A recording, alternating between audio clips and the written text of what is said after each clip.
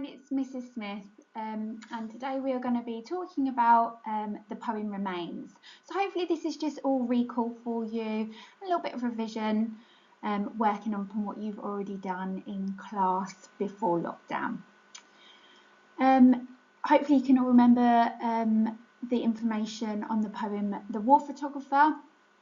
And you might want to be thinking, as we go through this, any comparisons that you can make between the two poems as a little challenge task for you. Okay, starting off with looking at context on Simon Armitage. Now, Simon Armitage is the poet for the poem Remains, and he's really well known for his colloquial style. He uses lots of informal language within his poems. He has strong rhythms and voice. Really interestingly, a lot of his poems and the way he says them are usually said in quite a deadpan way, making them feel quite serious, especially with this poem Remains. Now, this poem was published in 2008 in a collection titled The Not Dead. Now, this was following a Channel 4 documentary in 2007 with the same title. Now, it's a really great documentary, and I would suggest that and recommend that you go away and try and watch that, because it does give you more information in detail on the context and why he's written the poems. Now, that documentary was titled Forgotten Heroes Are Not Dead, and in that film soldiers and their families were interviewed. Now, Simon Armitage's task was to listen to the stories of the soldiers and turn them into poetry. Now, the poem Remains lacks the humour of some of his other work and instead presents a dark and disturbing image of a soldier suffering post-traumatic stress disorder. Now, it actually does relate to this soldier here, Ghazman Tromans. It was all about his experiences of serving in Iraq in 2003.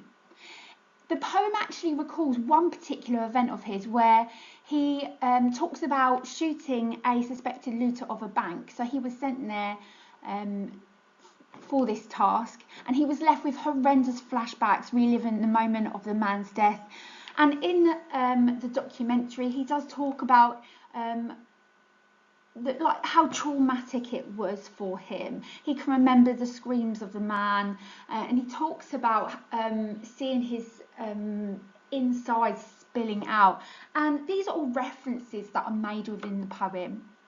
Now, a shortened version of this documentary you can find on YouTube there. I've just taken a screenshot of where you can find it. It's 8 minutes long, and it's really him discussing his experience of serving in Iraq, and he does talk about that experience, and he also reads that poem, and it's really interesting to hear it through his voice.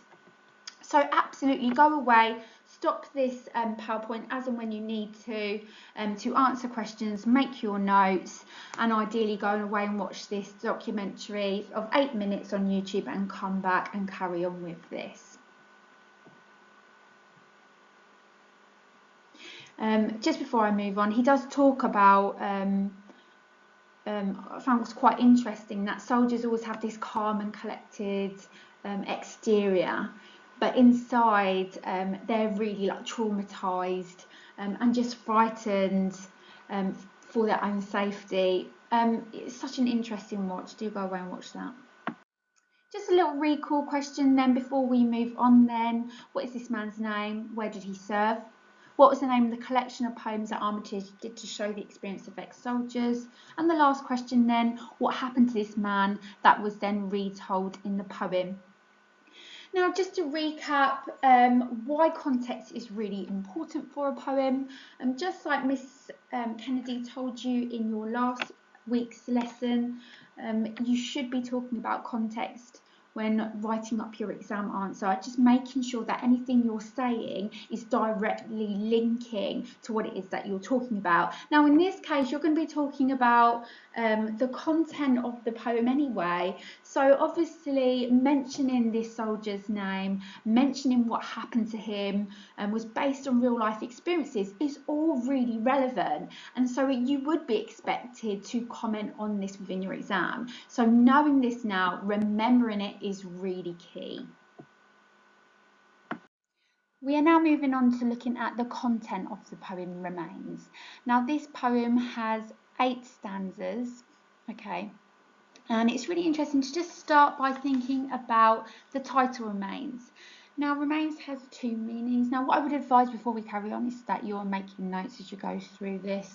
Ideally you might even have your anthology out with you if you've got it at home, for you to be looking to and add into those notes if there's anything else there that you know you've learned that you've not already got on there. Now Remains actually as a title has got 2 meanings. Now it means and can refer to a person's body after death, or it can actually mean what's left behind, okay, so something that's been left, parts left behind. Now in this case it could have that literal meaning about the death of the looter that's mentioned within this poem, and it could actually make reference to the soldier and what's left behind after this event for him. Okay, so let's move on then, looking at stanza 1. It starts anecdotally, very much seems like in the middle of a conversation with on another occasion, as if the speaker, in this case a soldier, is talking to somebody else. And the way he says on another really shows the reader that this unpleasant occasion is not an isolated incident. There has been more of these horrible events that have happened to this soldier. Now it talks about tackling looters raiding a bank, so the soldiers were sent out to deal with bank thieves basically, and then it talks about one of them running away, and there it talks and it mentions probably armed, possibly not, so he may or may not have a weapon on him. Now I find that really interesting, and I think that Simon Armitage has put this because you can really, you know, get into the mind of the soldier here. Now if he's armed, then what happens next? There's like a reason for this, okay, but if he wasn't armed, then really there was no defense for this man. He really wasn't that much of a threat, and so what happens after this, there's no justification for it. So you can see the thought process of the soldier and why this has now been mentioned quite early on in the poem.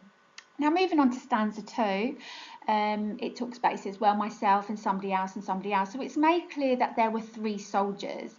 And where it says all of the same mind shows that they all have the same thought processes. I might actually make reference to how they're all trained exactly the same in the army. They're doing things by routine as such. They're following a process. And kind of the thoughts behind that are taken away from them. And they all of them open fire on this looter who's now running away. They all doing it together as if they are one. Stanza 3 then goes on and develops that a little bit, and it talks about how they've now hit the looter with 12 rounds, and he says he's there on the ground, sort of inside out. So it then goes on to describe the looter in quite a violent way, quite a graphic way, talking about how he's now laying on the floor with his inside spilling out, which actually makes direct reference to what Garsman Tromans was talking about within his documentary and what he literally saw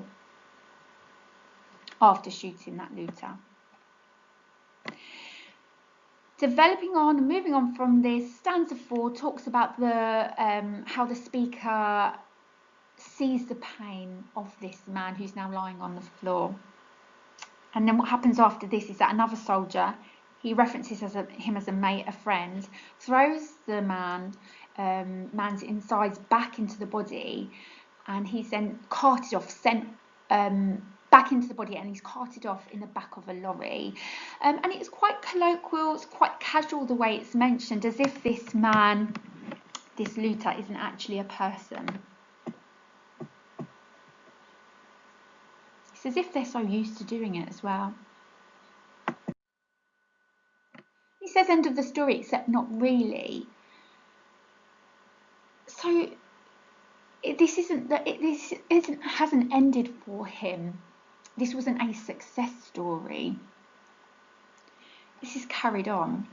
His blood shadow stays on the street, and out on patrol I walk right over it week after week. And here the speaker is talking about how the blood mark from that body has stained the street and where the looter once lay. And then when he's on patrol, he's actually walking past this place repeatedly, and he's always reminded of what happened there. He says that I'm home on leave, so he's now been sent home. But I blink, and this but I blink really shows that he hasn't forgotten this incident. It's travelled with him even at home. He still is remembering it. And this is really shown within the next stanza, stanza 6, when he talks about how he bursts again through the doors of the bank. The speaker is reliving the memory of the incident at night time. He says he can't sleep, he can't dream, and whenever he does try and close his eyes, that's all he thinks about. And so here the last line of stanza 6, and the drink and the drugs won't flush him out. And so he's now tried to take drink, he's tried to take drugs to try and remove this memory and the trauma of it, but he just can't seem to get rid of it. And here it is suggested that this soldier is now suffering from post-traumatic stress disorder following these events that have experienced in Iraq. Stanza 7, he's here in my head when I close my eyes, dug in behind enemy lines, not left for dead in some distant sun-stunned, sand-smothered land. He's reminded of the man at night. Wherever he is, the memory is staying with him. But near to the knuckle here and now, his bloody life in my bloody hands. So moving on to stanza 8 there, the soldier has a looter's death on his hands and is always reminded of that. We are now looking at the language within the first half of Remains. Okay, so you can see I have highlighted different areas of the first 4 stanzas. So I'm just going to go through that with you. Now, what we have in red, I have highlighted the colloquial language. So we've got phrases like, he legs it up the road. So it's quite informal, slang. Probably possibly not. Talks about them and the soldiers when they're shooting at the looter, how they're letting fly. And in the last stanza there of the first half there, so in stanza 4, he refers to his friend as a mate, and how they are, when they use the words tosses and carted when describing what they then do with the body that's laying on the street. Okay, so let's look at that in a little bit more detail then, and thinking about the effect of colloquial language, because this is how you get your marks within your exam. So it's all very well identifying the technique, but you won't get those marks unless you're able to analyse what they show within the poem. So the use of slang and colloquialisms suggests that the soldier is pretty much inexperienced and young. Okay, it really shows his youth by using all of this slang. Legs it, okay, letting fly.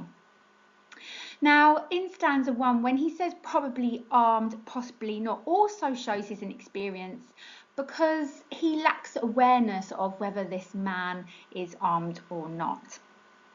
I particularly think then moving on to the colloquial phrase letting fly again shows his youth, because it sounds like quite adrenaline pumped when he's like shooting off his bullets, like it's exciting in a way. It makes it sound like a computer game in an odd sense.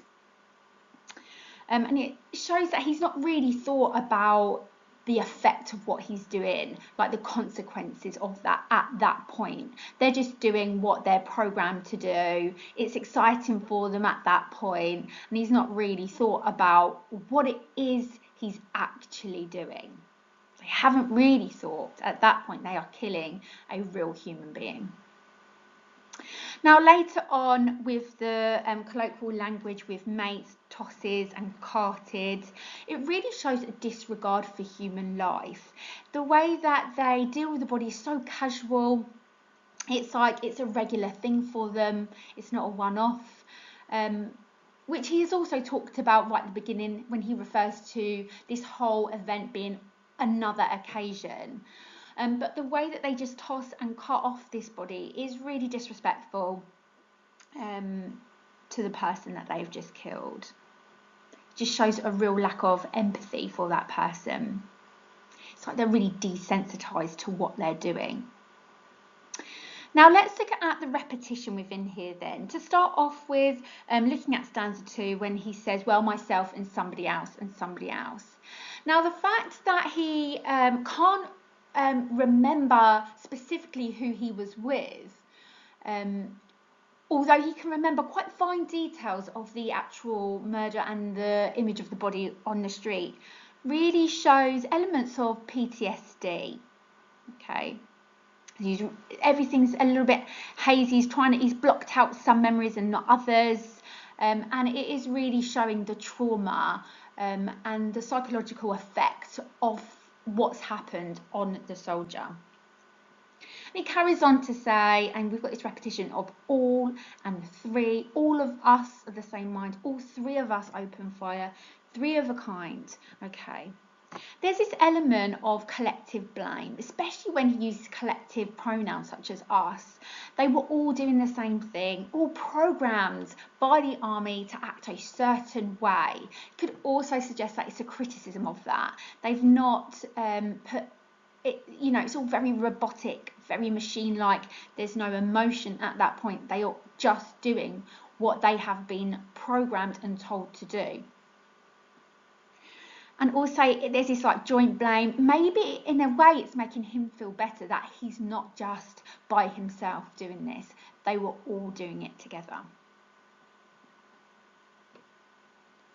Now this is a little bit different then as we move on from that. So we've got this very robotic, machine-like language. We're all doing it together, all three of us.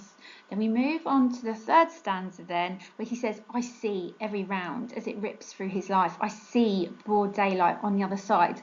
Now the use of repetition with I see and those use of those personal pronouns with I are really showing how it has personally affected him now. And we see more of an emotional response from him.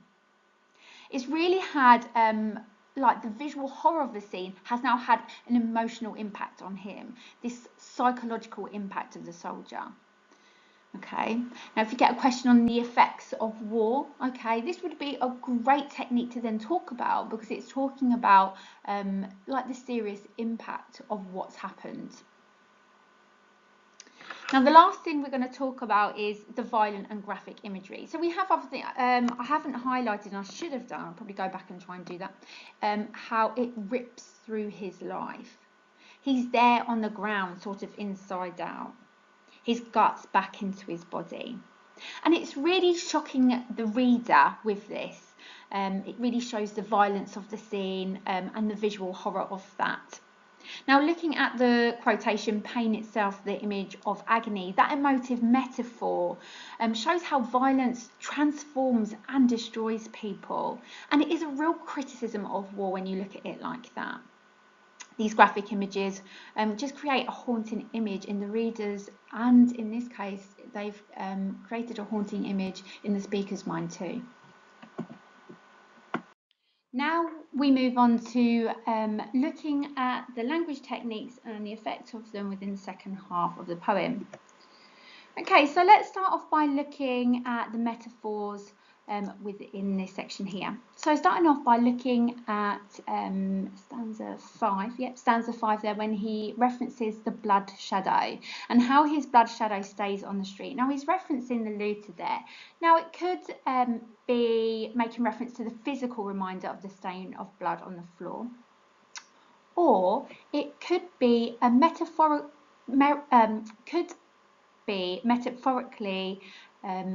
referencing the blood stain that has now become a shadow on the soldiers, on the life basically. It's a shadow of the life the soldier unnecessarily ended. It creates this like ghostly image that actually we hear about later on in the poem on stanza 8. And that links very nicely in with when he says bloody life in my bloody hands. Now we have this repetition of bloody.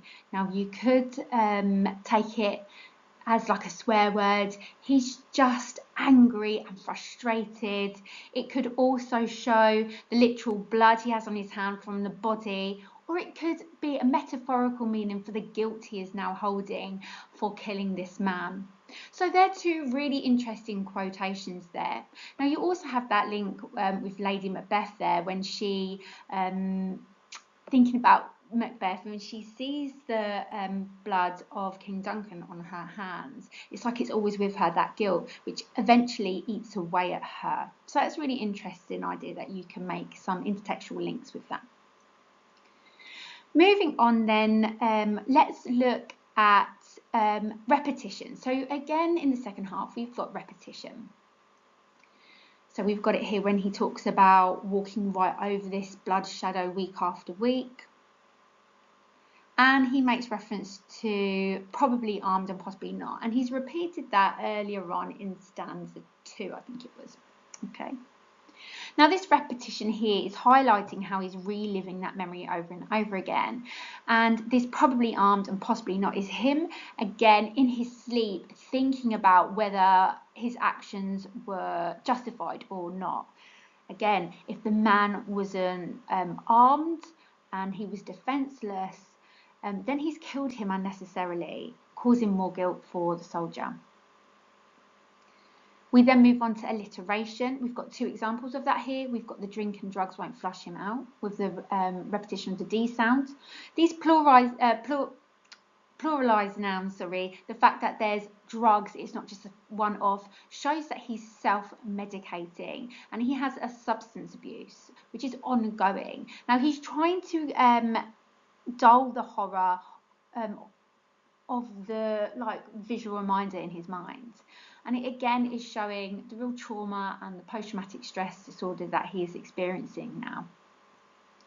Then moving on to sun-stunned, sand-smothered land, this sibilance here with that repetition of the harsh S sounds again creates this image of a distant, harsh, uncomfortable environment that even though he's on leave now, he's away from the army, is still with him. He's always there living the events of what happens. And linking in with that, we have a lot of military language used here. See if you can spot any examples. So I pulled some out here where it talks about dozen rounds. You've got makes reference to dug in there. You've got enemy lines. You reference flush him out. It won't flush him out. Like he's just trying to get rid of this memory. The use of these military terms, even when he is away from the army, show how the army has submerged his personality. Now the enemy is always with him wherever he is.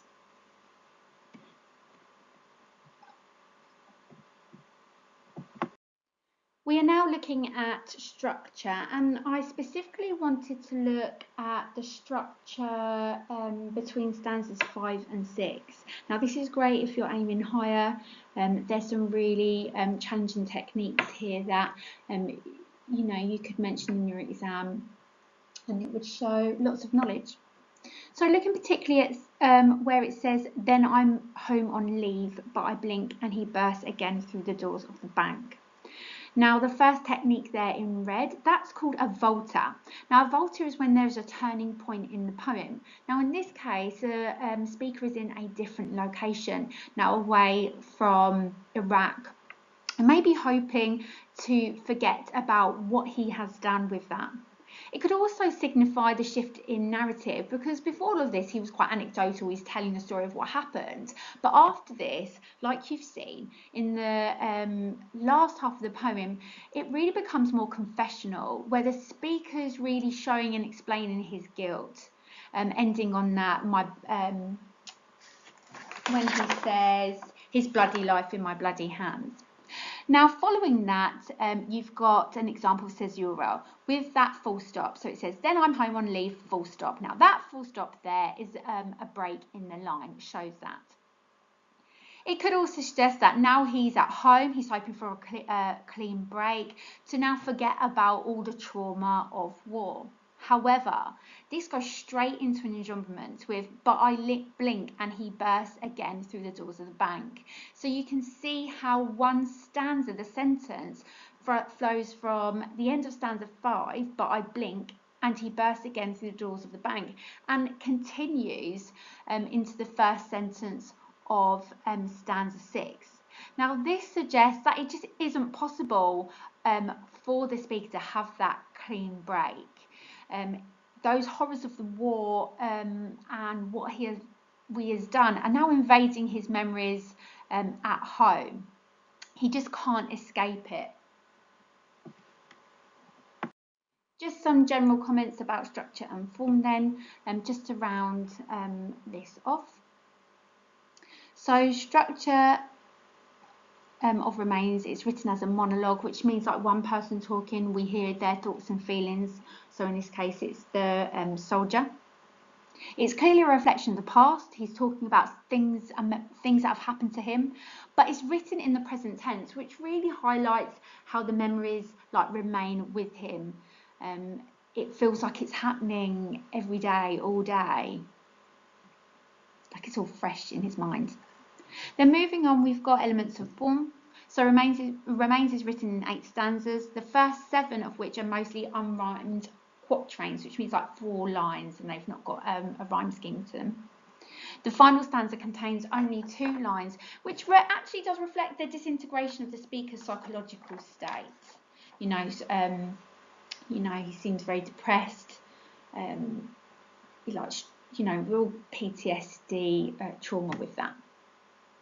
There's also a more regular rhythmic pattern throughout the first part of the poem, but then when he's at home and the speaker's memory flood back later, maybe he's got more time to think about it now, he's less active. The pace quickens, it sounds more like panicky, more frustration with that.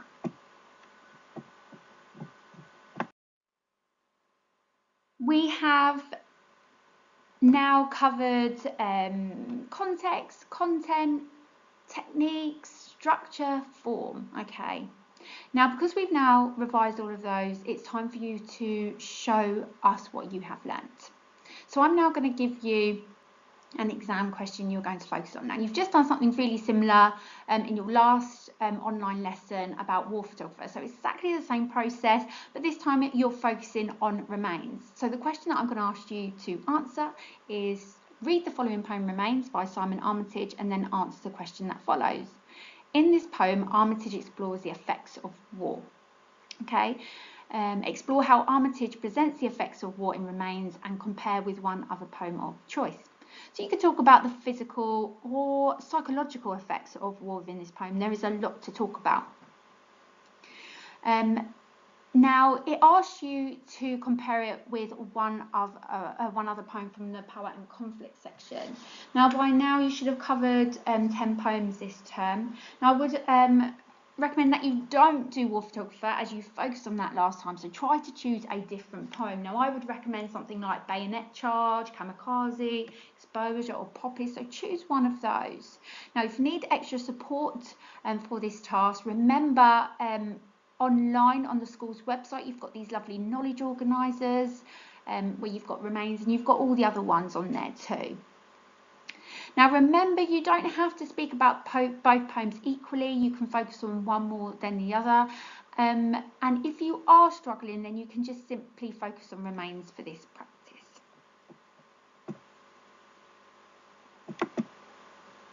Now, just a reminder of how to answer that. Remember, you're really focusing on analysis, so make sure you're always linking it back to the question. Use words from the question within your answer to ensure you're doing that.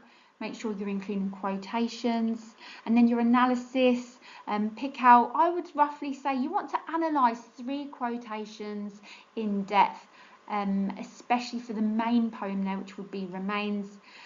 Making sure you're picking out key words, analysing what those mean with word associations. Try to pick out as many techniques as you can with that, and analyse what they suggest.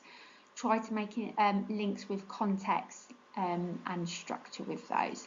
And thinking about the intentions, the writer's intentions. So in this case, what was Simon Armitage trying to say about war through his poem and the quotation that you picked?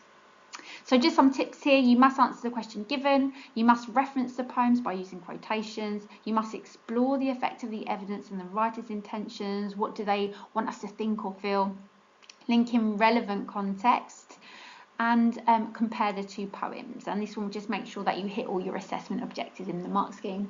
And once you've done that, send it over to your teacher and they'll be able to give you some feedback on that.